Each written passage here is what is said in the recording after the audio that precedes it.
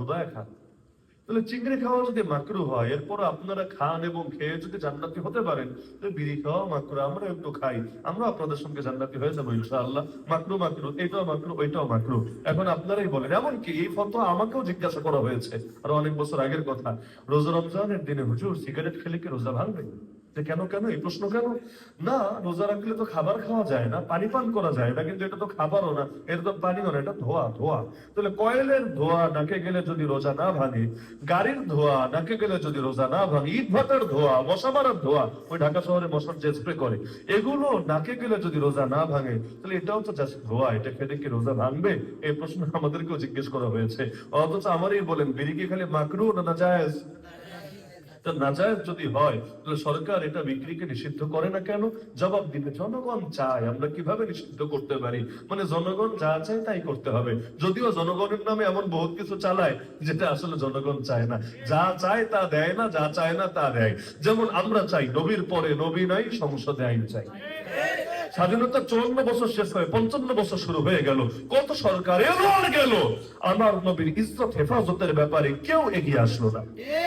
যেটা চাইলো এটা দিল না, আল্লাহ সার্বভৌমত্বের স্বীকৃতিটুকু পর্যন্ত দিল না। এমনকি যে জুলাই সনদ নিয়ে সবাই এখন লাফালাফি, এই জুলাই সনদে আল্লাহর নামটা কই আছে বলেন? না বিসমিল্লাহির রহমানির রহিম আছে, না আল্লাহর ক্ষমতার কথা আছে, না আল্লাহর উপর আস্থা বিশ্বাসের কথা আছে, না দ্বীন শরীয়তের কথা আছে, না কোরআন সুন্নাহর যে অধিকার প্রাপ্য এটা আছে? কিছুই তো নাই, কিছুই তো নাই। তো সব সংস্কারই হলো, মূলটাই খালি বাকি রয়ে গেল।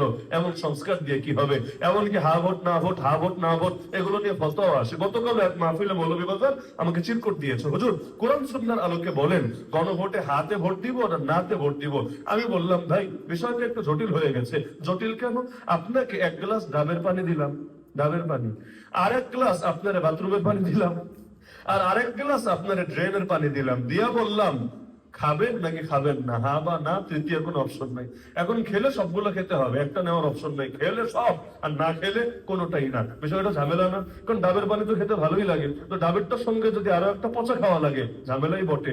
এখন দেখবেন আপনি 4টা ধারা দিয়েছে, দিয়ে বলেছে হা নাকি না, হা নাকি না। হা মানে হলো 4টাই হা, না মানে হলো 4টাই না। এখন যদি এমন হয় যে আপনি 3টায় হা 1টায় না, আপনার জন্য কোনো অপশন নেই, একটার ভেতর দিয়ে আরেকটা খাওয়াই দিবে, একটার ভেতর দিয়ে আরেকটা খাওয়াবে। ওই বিশ্লেষণে আমি যাব না, যেখানে আমি যদি বলি 80% ভালো জিনিস আছে, 20% আবার ওই বাথরুমের পানি ডাবের পানির পাশে মিশিয়ে দিয়েছে। ঝামেলা না? এখন এখন যদি আমি ফতোয়া দিই, তাই তো আমার কাছে আসবে। ঢালাওভাবে হা বললেও সমস্যা, ঢালাওভাবে না বললেও সমস্যা। এই জন্য লাস্টে গিয়ে আমি সমাধান দিয়েছি যে তুলনামূলক ভাবে হাটাই ভালো, তবে এটা মাথায় রেখে যে এখানে পচা কিছু জিনিস আছে, আগামী